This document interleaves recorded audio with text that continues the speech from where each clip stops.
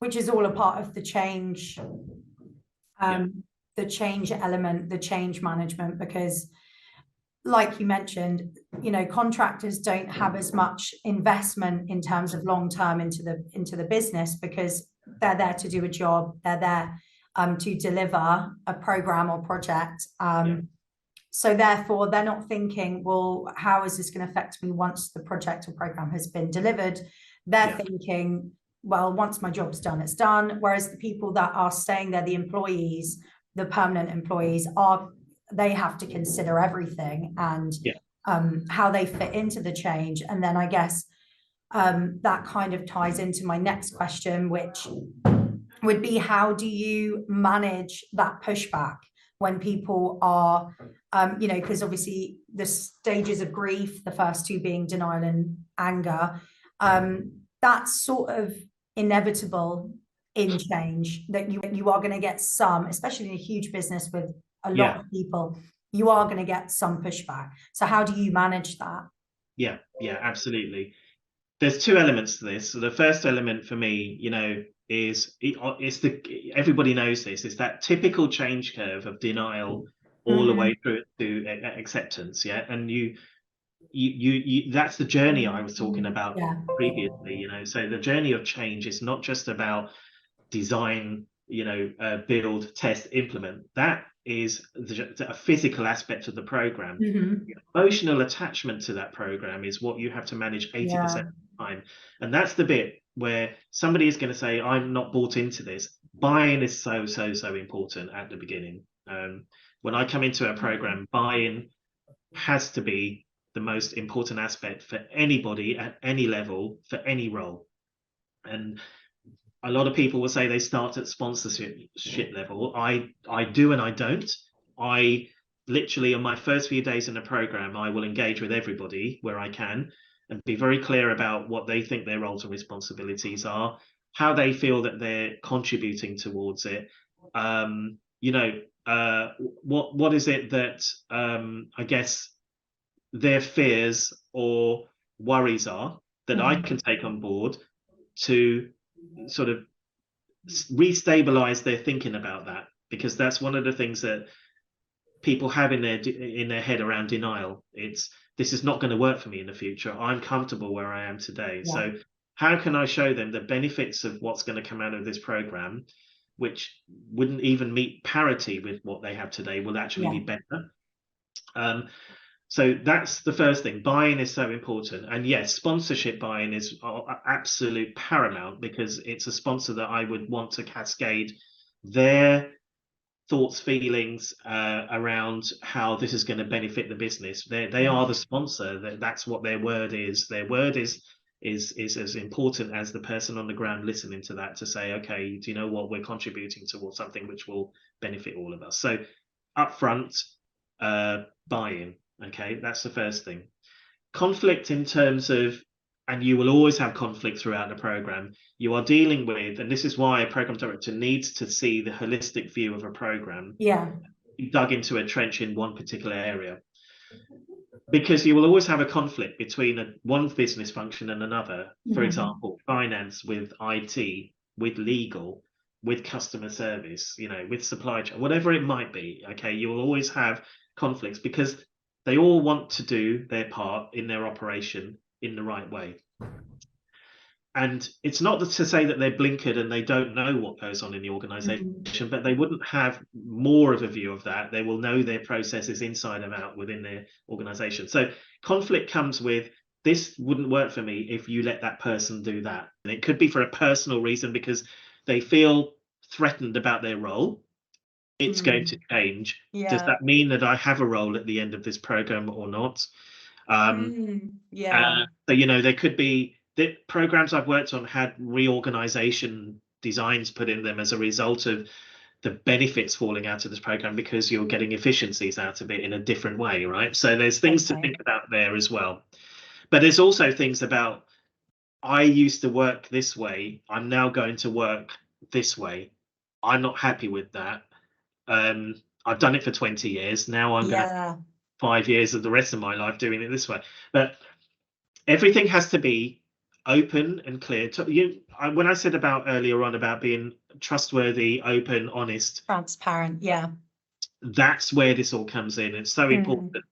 When I meet people, when I come into a program for the first time, and I know I'll talk about what I do when I come into a program because I'm restarting everything. I could be in one program for 6 months and then jump into another program. Yeah. More new people. But the first things I do is absolutely spend time with them and get to know what is it that's troubling them or worrying them.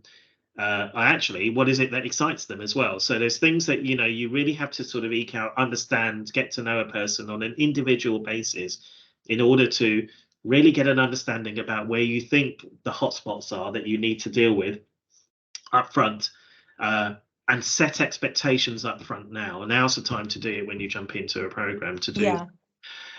It dissipates most of the conflict in that way because they are, one, bought into whatever they're going to be doing, but two, they know that they don't need to challenge certain aspects of it because they know that there's an answer fundamentally that's going to fix it at the end of the program, which helps with their journey. It smooths their journey out, doesn't flatten it, but it smooths it out. And what you have to do as a program director is constantly be in touch with their journey every step of the way, because one, it's keeping an eye to make sure that actually that they are still thinking the same, feeling the same, acting the same. Two, are they actually changing to where they need to change in order to be that as well?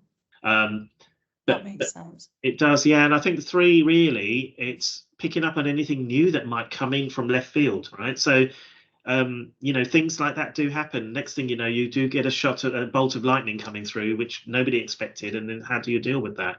So conflict could be planned conflict.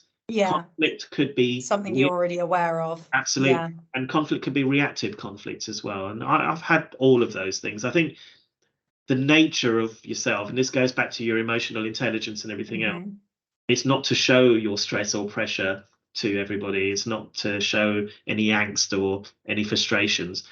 You have to be professional all the time.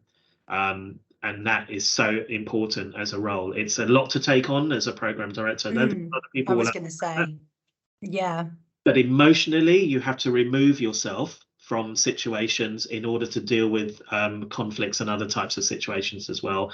That's something that not everybody can do. You either naturally have it or you can build on it, but to some degree you really have to be aware these are the things that you have to do as a person, as well as the framework of the program, and stepping through processes and governance, etc. There is a people aspect to this as well. So when I mention people aspect, 80%, I absolutely mean that, because it's you spend a lot of time doing that every day. It's interesting what you said at the end, because what you just said, where you have to kind of take personal elements out of it, and you, in order to function really and do what you need to do, and you can't take things personally, I guess, and you have to kind of stay very strong, and just I guess it's another way of developing trust, in that if you look shaken up and worried and nervous and stressed, I think everyone else is, you're the leader, you're the person they're following, so it's kind of like, well, wait, what does this mean for me if he's freaking out? But then also it's really interesting, because it's like you also have to be self-aware, emotionally intelligent, but like in order to have both of those things, you have to be, it's almost like that emotional awareness, self-awareness and emotional intelligence is there really in relation to when you're dealing with people, interacting with people. But then when you're not doing that, it's very much like you have to switch that off and get back into. So that's quite an interesting contrast, because you would think that there's a level of sensitivity that you have to have, but then you can't really, because if you have to be this kind of sturdy tree so that people can so that people trust you, I guess. You are the go-to person, regardless. Nobody's going to take into account that you might have had a bad night the night before for whatever reason, personal or not. They have a problem, they come into you, and you have to be you know, not stone-faced as such, but you have to sort of remove anything that has affected you over the last 24 hours in order to deal with this. And that's a skill in itself. And it's very difficult, but a lot of your time is taken up to just refocus yourself with the person that you're dealing with in order to help them through that journey as well. So very, very important. Very, very it's really interesting. I mean, how long did it take you to develop that, or have you always had that about you, but it was like, great how question. did you get to this point?